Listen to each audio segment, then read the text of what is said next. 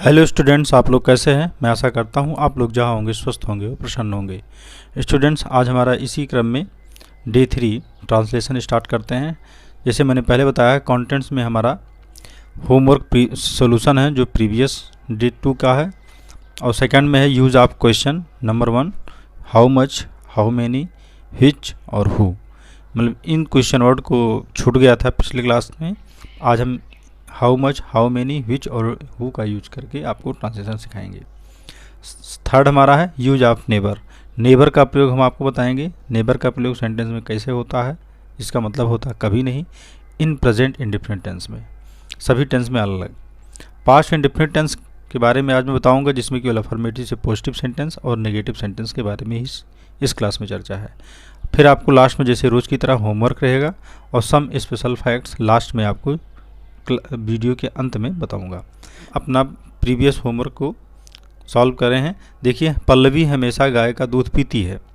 तो सब्जेक्ट इसको सबसे पहले पहचानेंगे किस टेंस का वाक्य। पहचानने के लिए मैंने बताया था आपको, जब वाक्य के अंत में ता रहती है, लेकिन वाक्य के अंत में ता रहती से मतलब नहीं, जब क्रिया के साथ वाक्य के अंत में ता रहती है। तो पीना एक क्रिया है, इसमें हमें ता लगा है, पीती। तो इसका मतलब ये प्रेजेंट इंडेफिनिट टेंस का वाक्य है। कैसा वाक्य है? ये आपका अफर्मेटिव सेंटेंस। इसमें ना तो नहीं का प्रयोग किया गया है, ना तो ही क्वेश्चन वर्ड का यूज किया गया है। इसका मतलब अफर्मेटिव सेंटेंस है। तो इसका ट्रांसलेशन हम करेंगे। जब आपका अफर्मेटिव सेंटेंस होता है प्रेजेंट इंडेफिनिट टेंस का, तो इसका स्ट्रक्चर होता है, सब्जेक्ट होता है, फिर आपका सब्जेक्ट के बाद में वर्ब का फर्स्ट फॉर्म या फिर वर्ब के फर्स्ट फॉर्म में यस या यस का प्रयोग करते हैं, फिर ऑब्जेक्ट लिखते हैं, उसके बाद में अदर का प्रयोग कर देते हैं। इस तरह से हमारा होता है। अब हमारा जो ये सब्जेक्ट है, कब वर्ब का फर्स्ट फॉर्म, कब वर्ब के फर्स्ट फॉर्म में एस एस का प्रयोग करते हैं, मैंने आपको पिछली वीडियो में अच्छे से बताया है। तो पल्लवी हमारा नाम है, सब्जेक्ट नाम है, तो ही सी इट और सिंगुलर सब्जेक्ट या फिर नाम के साथ में हम वर्ब का एस एस का प्रयोग करते हैं। इसलिए पल्लवी हमने लिखा सब्जेक्ट के रूप में। ऑलवेज जो हमेशा का अंग्रेजी, इसको बाद में भी लिख सकते हो, कोई दिक्कत नहीं। पल्लवी, फिर वर्ब आ गया, वर्ब का फर्स्ट फॉर्म में एस एस का प्रयोग कर दिया तो ड्रिंक्स हो गया, उसके बाद में ऑब्जेक्ट आपका मिल्क है। तो इस तरह से हमारा ये सेंटेंस कंप्लीट होता है। पल्लवी ऑलवेज ड्रिंक्स मिल्क, या पल्लवी ड्रिंक्स मिल्क ऑलवेज, ऐसा भी हो सकता है। नेक्स्ट हम देखते हैं, बच्चे सुबह 10 बजे विद्यालय क्यों नहीं जाते हैं। सबसे पहले जाना वर्ब के साथ में ता है, प्रेजेंट इंडेफिनिट टेंस का वाक्य है। आपका क्यों और नहीं दोनों वर्ड का प्रयोग, क्यों का मतलब प्रश्नवाचक शब्द है, और नहीं आपका नेगेटिव है, तो इंट्रोगेटिव नेगेटिव है प्रेजेंट इंडेफिनिट टेंस का। पहचान के अब हम स्ट्रक्चर पर ध्यान देते हैं। जब प्रेजेंट इंडेफिनिट टेंस में क्वेश्चन वर्ड वाक्य के बीच में हो, तो हम क्या करते हैं, इसका ट्रांसलेशन ऐसे करते हैं, क्वेश्चन वर्ड प्लस डू या डज प्लस सब्जेक्ट होता है, उसके बाद में वर्ब का फर्स्ट फॉर्म फिर ऑब्जेक्ट होता है। लेकिन जब नेगेटिव सेंटेंस होता है, तो मैंने बताया था आपको वीडियो में, सब्जेक्ट के तुरंत बाद नॉट का प्रयोग कर लेते हैं। अब हम देखते हैं इसका ट्रांसलेशन। तो क्वेश्चन वर्ड हमारा क्या है, क्यों है, तो क्यों की अंग्रेजी व्हाई होता है। फिर या डू या डज, तो सब्जेक्ट के अकॉर्डिंग, सब्जेक्ट हमारा बच्चे हैं, तो बच्चे आपका प्लूरल है, इसलिए बच्चे जब प्लूरल है तो हमने बताया था आई यू वी दे और प्लूरल सब्जेक्ट के साथ में हम क्या करते हैं, डू का प्रयोग करते हैं इंट्रोगेटिव सेंटेंस में। तो बच्चे हैं तो व्हाई डू, फिर चिल्ड्रन लिखा, सब्जेक्ट आना चाहिए हमारा सब्जेक्ट, उसके बाद वर्ब का फर्स्ट फॉर्म, जाना है तो गो हो जाएगा, प्लस ऑब्जेक्ट है, कहाँ जाते हैं, स्कूल, तो टू स्कूल हो गया। एट 10 o'clock की अदर में आ गया, तो why do children not go to school at 10 o'clock। इस तरह से मेरा ट्रांसलेशन कंप्लीट था। क्या बच्चे अपनी कक्षा में शोर मचाते हैं, इसका ट्रांसलेशन, तो मचाना एक वर्ब है, ताहेती लगे, प्रेजेंट इंडेफिनिट टेंस है, प्रश्नवाचक शब्द वाक्य की शुरुआत में ही लगा क्या। जब क्या वाक्य स्टार्ट में लगाए तो इसका स्ट्रक्चर इस तरह से होता है। सबसे पहले हम क्वेश्चन वर्ड का प्रयोग ना करके, मतलब क्या की अंग्रेजी हम नहीं लिखते हैं, हम स्टार्ट करते हैं डू या डज से। तो डू या does plus subject plus verb का फर्स्ट फॉर्म प्लस ऑब्जेक्ट फिर अदर होता है। तो डू या डज वही बात, सब्जेक्ट के अकॉर्डिंग डू या डज का प्रयोग करते हैं। तो इसमें सब्जेक्ट हमारा बच्चे है, तो बच्चे प्लूरल है, इसलिए डू का प्रयोग करेंगे, तो डू यहाँ मैंने लिख दिया। उसके बाद मैंने क्या लिखा, सब्जेक्ट, सब्जेक्ट आपका बच्चे चिल्ड्रन हो गया, वर्ब का फर्स्ट फॉर्म, तो शोर मचाना है, शोर मचाना की अंग्रेजी मेक अ नॉइज़ होता है, तो do children make a noise अपने कक्षा में। तो अपने का अंग्रेजी चिल्ड्रन प्लूरल है, तो इसमें यहाँ पर जब हम प्रोनाउन का प्रयोग करेंगे तो दे होगा, तो दे के हिसाब से यहाँ पर देयर हो जाता है। दे के लिए अपने का अंग्रेजी देयर, आई के लिए माई, वी के लिए और मैं बता दूंगा इसको फिलहाल। तो यहाँ पर make a noise in their class, क्या हो जाए, अपनी कक्षा में, तो इन देयर क्लास हो जाएगा। मोहन और उसका छोटा भाई विद्यालय कब जाते हैं, ये भी ताहती है क्रिया के साथ, ये भी प्रेजेंट इंडेफिनिट टेंस है, लेकिन नेगेटिव वर्ड वाक्य के बीच में प्रयोग किया गया, इसलिए इसका हम ट्रांसलेशन पहले लिखते हैं। तो व्हेन, मैंने स्ट्रक्चर आपको क्वेश्चन वर्ड डू या डज, तो व्हेन। अब डू या डज किसके, मोहन और उसका छोटा भाई, तो मोहन और उसका छोटा भाई दो दो सब्जेक्ट है, तो प्लूरल हो गया, तो डू का प्रयोग, when do Mohan and his younger brother. छोटा भाई हो गया। वर्ब का प्रयोग होगा सब्जेक्ट के तुरंत बाद। देखिए डू या डज के बाद सब्जेक्ट आता है तो वर्ब का फर्स्ट फॉर्म गो लगेगा, जाना है। कहाँ जाते हैं? To school. ये आपका सेंटेंस कंप्लीट हुआ। तो Mohan do Mohan and his younger brother go to school. ईश्वर कहाँ नहीं रहते हैं, तो यहाँ भी कहाँ जो है सेंटेंस के बीच में प्रयोग किया गया है, तो वेयर मैंने लिख दिया। उसके बाद डू या डज लगते हैं, ईश्वर सिंगुलर है इसलिए वेयर डज लग गया। फिर गॉड सब्जेक्ट हो गया, फिर वर्ब का फर्स्ट फॉर्म आपका लिव है, रहना। Where does God live in या वेयर डज गॉड प्रेजेंट। ये आपका इस तरह से सेंटेंस कंप्लीट हो। लेकिन यहाँ पर कहाँ इंट्रोगेटिव इसलिए क्वेश्चन वर्ड लगा देंगे। हम अपने माता पिता से झूठ नहीं बोलते हैं। अब ये हमारा सेंटेंस क्या है? हम अपने माता पिता झूठ नहीं, तो बोलना आपका क्रिया है, ताहती यूज किया गया है इसलिए भी प्रेजेंट डिफिनिट टेंस है, इसका स्ट्रक्चर है। लेकिन नेगेटिव सेंटेंस है प्रेजेंट डिफिनिट टेंस का, तो इसका स्ट्रक्चर होता है सब्जेक्ट प्लस डू या डज नॉट प्लस वर्ब का फर्स्ट फॉर्म। तो इस तरह से हमारा सेंटेंस होगा। तो यहाँ पर हम है सब्जेक्ट वी और डू नॉट लगेगा डज नॉट, तो आई यू बी डी के साथ में हमारा डू नॉट लगता है। तो यहाँ पर वी डू नॉट, उसके बाद आपका वर्ब आ गया I we do not tell a lie to our parents. ठीक है, इस तरह से हमारा सेंटेंस ये कंप्लीट होता है। मैंने एक और दिया था इसको चेंज करने के लिए, इसको हम देख लेते हैं। चेंजिंग अफर्मेटिव, ये अफर्मेटिव सेंटेंस मैंने दिया है, इसको बदलना टू नेगेटिव, इंट्रोगेटिव और इंट्रोगेटिव नेगेटिव। इस सेंटेंस में मुझे 3 प्रकार सेंटेंस में चेंज करना था।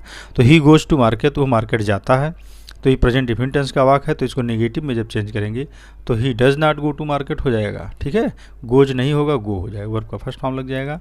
और इंट्रोगेटिव 2 प्रकार से, इंट्रोगेटिव वाक की शुरुआत में डू या डज पहले लिख देंगे, तो डज है तो does he go to school market, sorry does he not go to market. तो नॉट कहाँ लगे? सब्जेक्ट के तुरंत बाद। इंट्रोगेटिव नेगेटिव में सब्जेक्ट के तुरंत बाद नॉट का प्रयोग होता है।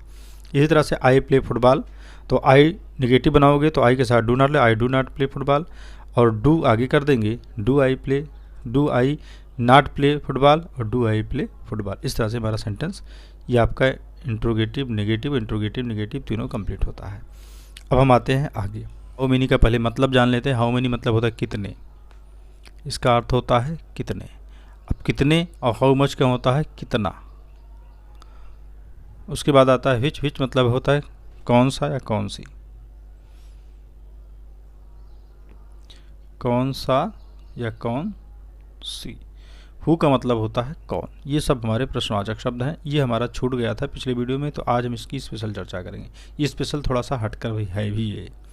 देखिए हाउ मेनी होता है ये काउंटेबल है, इसको हम ऐसे जगह पर प्रयोग करेंगे जहाँ पर किसी चीज़ को हम काउंट कर सकते हैं, गिन सकते हैं। जैसे तुम्हारे जेब में कितने रुपए हैं, तो रुपयों को हम काउंट कर सकते हैं, इसलिए हम यहाँ पर हाउ मेनी का प्रयोग करेंगे। जैसे कहा जाए इस गिलास में कितना पानी है, तो इस गिलास में कितना पानी, तो पानी के पार्टिकल को हम काउंट नहीं कर सकते हैं, इसलिए हाउ मच का प्रयोग वहाँ करेंगे। तो कितना का मतलब हो गया हाउ मच और कितने का मतलब है हाउ मेनी। विच जो होता है, विच मतलब कौन सा या कौन सी होता है। तो in which class do you read, तुम किस कक्षा में पढ़ते हो। हु है, हु का मतलब कौन होता है, ये हमेशा आपका थर्ड पर्सन होता है, कोई व्यक्ति ही होता है, तो सिंगुलर सब्जेक्ट माना जाता है। तो इस तरह से हमारा हु का मतलब कौन होता है। अब हम इसके बारे में जानते हैं थोड़ा सा। जैसे मैंने बताया वाक्य में प्रश्नसूचक शब्द जो होता है हाउ मेनी कितना, जिसे संख्यावाचक कहते हैं, और हाउ मच जिसे कितना हम मात्रा सूचक या परिमाणवाचक कहते हैं। इन शब्द का प्रयोग किया जाता है, ऐसे हमने आपको बता दिया। तो वाक्य में जो हम सेंटेंस जब इसका बनाते हैं, ट्रांसलेशन बनाते हैं ऐसे सेंटेंस का, तो जैसे है सेंटेंस में how much, how many, whose या फिर विच, इसका जब ट्रांसलेशन बनाते हैं तो जब ये वाक्य में आता है, इससे संबंधित जो तुरंत नाउन लगा होता है या तुरंत सब्जेक्ट जो कोई भी जो होता है, नाउन सब्जेक्ट तो नहीं कह सकते हैं, इससे साथ में कोई नाउन जरूर लगा होता है। तो इसका जब ट्रांसलेशन करते हैं तो क्वेश्चन वर्ड है, इसका मतलब हम सबसे पहले इसको लिखेंगे, लेकिन इससे संबंधित नाउन भी साथ में लिख लेंगे। तो इसका स्ट्रक्चर ऐसे सेंटेंस का, ऐसे प्रश्नवाचक वाक्य किसी सेंटेंस में आए हों तो इसका स्ट्रक्चर हम इस तरह से लिखते हैं। तो हम क्वेश्चन वर्ड लिखते हैं, उसके बाद रिलेटेड नाउन लिखते हैं, इससे साथ में जो हमारा हाउ मेनी, हाउ मच और विच, इसके साथ जो नाउन आते हैं उसको हम साथ में लिख लेते हैं। उसके बाद डू या डज लिखते हैं सब्जेक्ट के अकॉर्डिंग। उस सेंटेंस में जो सब्जेक्ट होता है उसके अकॉर्डिंग हम डू या डज का प्रयोग करते हैं। फिर हम सब्जेक्ट लिखते हैं, उसके बाद वर्ब का फर्स्ट फॉर्म लगाते हैं, उसके बाद ऑब्जेक्ट लिखते हैं, जो कुछ बचता है लास्ट में अदर लिख देते हैं। तो इस तरह से हमारा स्ट्रक्चर कंप्लीट होता है। अब इसको हम समझेंगे। तो जैसे तुम कौन सी पुस्तक, तो क्वेश्चन वर्ड हमारा क्या है, कौन सी है, तो विच है, उसके साथ पुस्तक है तो बुक लिख देंगे, विच बुक। अब हम यहाँ पर क्या लगाएंगे, डू या डज का प्रयोग कैसे करेंगे, सब्जेक्ट अकॉर्डिंग। सब्जेक्ट हमारा तुम है, तुम का इंग्लिश यू होता है, आई यू बी दे और प्लूरल सब्जेक्ट के साथ में प्रेजेंट इंडिफिनिट टेंस में हम डू का प्रयोग करते हैं। तो which book do you subject मुझे पता चल गया। उसके बाद वर्ब का फर्स्ट फॉर्म हमारा क्या है, चाहना। Which book do you want, want first form में ही लिखेंगे, तो which book do you want, ये हमारा सब्जेक्ट क्वेश्चन कंप्लीट हुआ। ऑब्जेक्ट है ही नहीं है, अदर भी कुछ नहीं है, तो इस तरह से क्वेश्चन कंप्लीट हो। वो कितने पेंसिलें चाहते हैं, तो कितने का अंग्रेजी हाउ मेनी होगा कि हाउ मच होगा। पेंसिल को हम काउंट कर सकते हैं, इसलिए यहाँ पर हाउ मेनी लिखेंगे और उससे संबंधित नाउन लिख देंगे।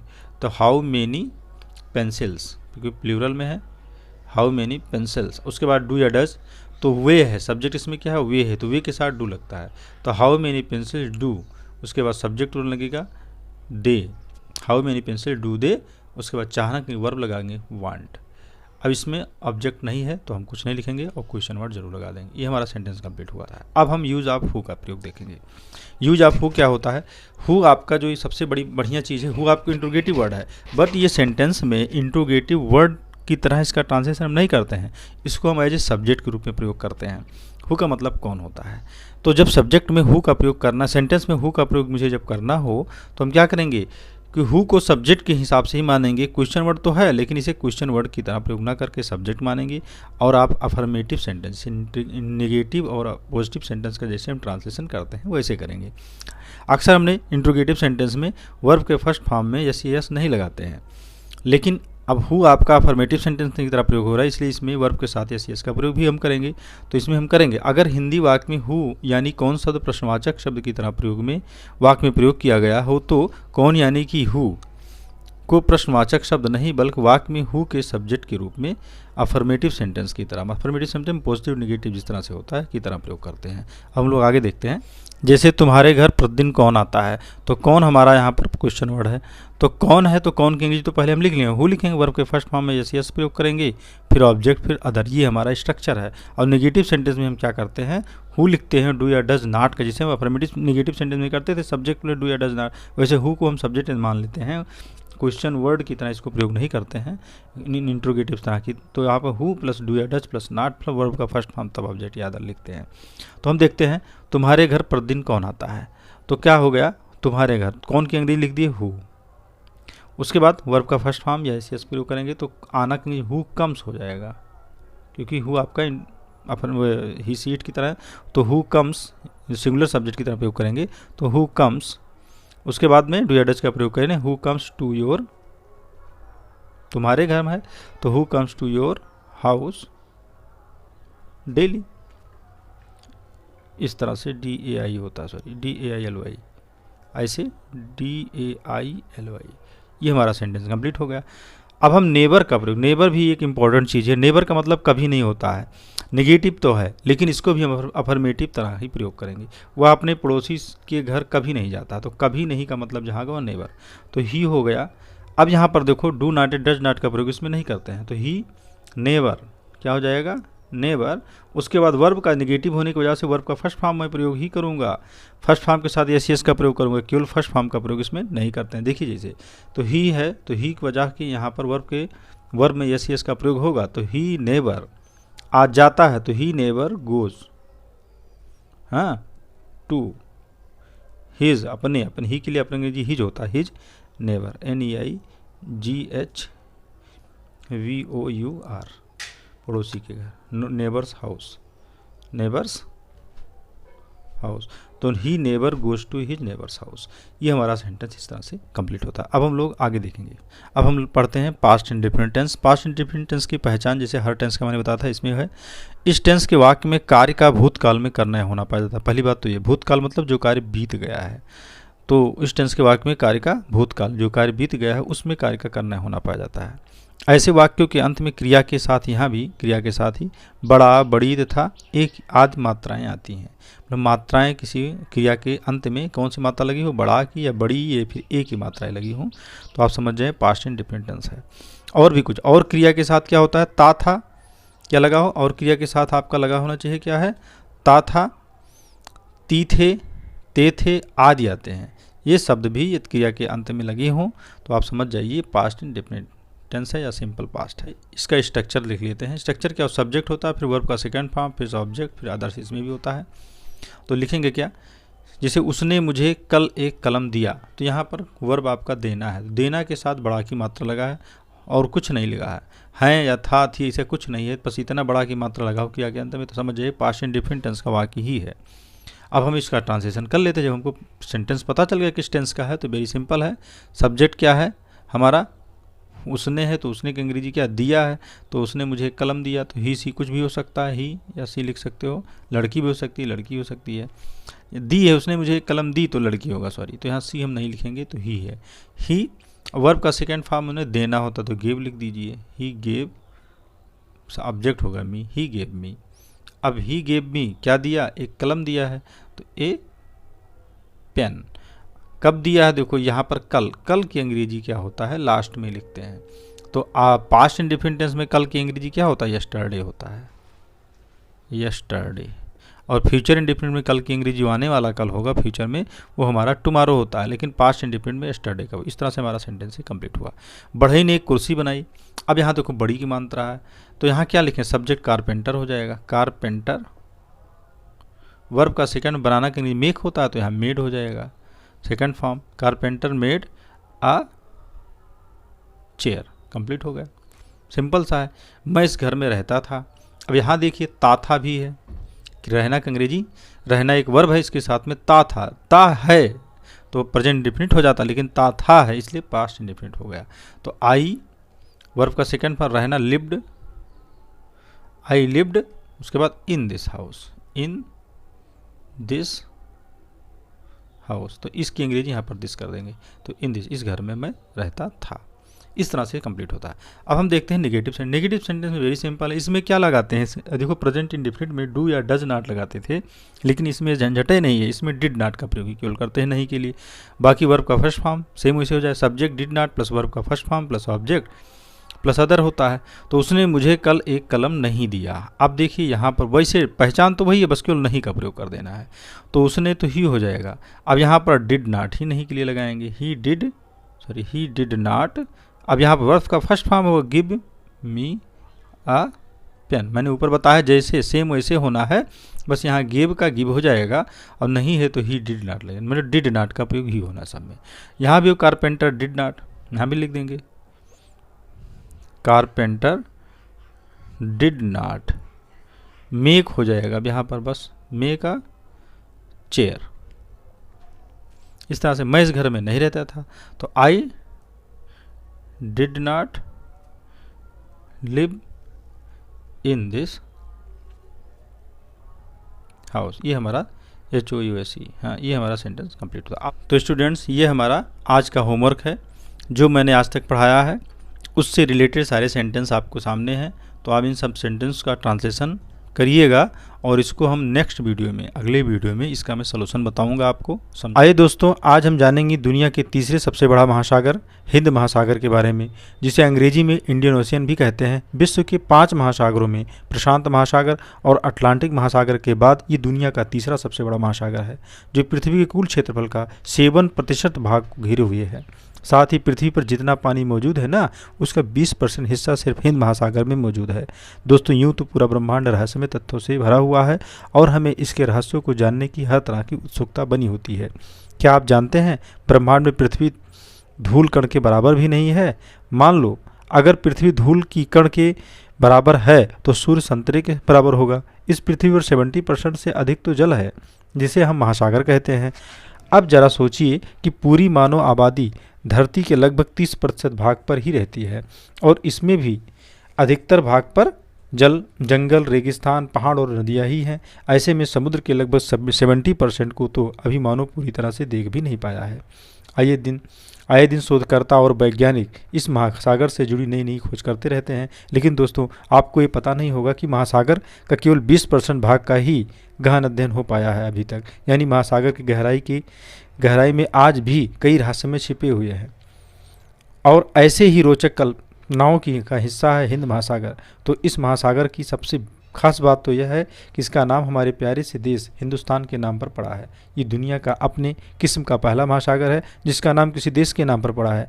संस्कृत की पुस्तक में इसे रत्नाकर कहकर बुलाया जा रहा है, जिसका मतलब होता है रत्न उत्पन्न करने वाला महासागर। वैसे तो आपको बता दूं, ग्रंथ में इसे हिंदू महासागर का नाम दिया गया है। वैसे तो आपने सुना होगा कि हिंद महासागर को युवा महासागर भी कहा जाता है, क्योंकि शोधकर्ता के मुताबिक इस महासागर का जन्म 73 करोड़ वर्ष पहले हुआ है।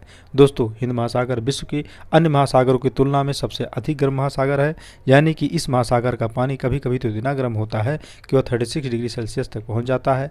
हिंद महासागर का कुल क्षेत्रफल 7,05,60,000 वर्ग किलोमीटर है। चौड़ाई की बात की जाए तो अफ्रीका और ऑस्ट्रेलिया के दक्षिणी सिरों पर इस महासागर की चौड़ाई तकरीबन 10,000 किलोमीटर है, जिसमें लाल सागर और फारस की खाड़ी शामिल है। गहराई की बात करें तो हिंद महासागर की औसतन गहराई 3,890 मीटर है और अधिकतम गहराई 8,047 मीटर है। यूँ तो इस महासागर में कई द्वीप मौजूद हैं, लेकिन इनमें मेगास्कर और श्रीलंका सबसे बड़े महाद्वीप हैं। हिंद महासागर का विस्तार भारत के पश्चिम में अफ्रीका तक है, तो पूर्व में इंडोनेशिया और ऑस्ट्रेलिया की सीमा तक फैला हुआ है। जैसा कि आप जानते होंगे, महासागर में पानी एक ही दिशा में बहती है, पर हिंद महासागर में पानी की बहाव की दिशा साल में 2 बार अपनी दिशा बदलती है।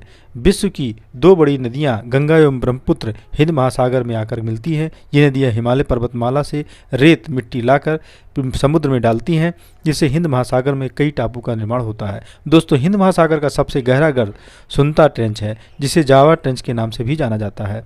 इसकी अधिकतम गहराई 7,730 किलोमीटर है और लंबाई 3,200 किलोमीटर है। दोस्तों, क्या आप जानते हैं कि हिंद महासागर एशिया, यूरोप और अफ्रीका महाद्वीपों को जोड़ती है, जो व्यापार के दृष्टिकोण से विश्व की महत्ता को बनाए रखे है।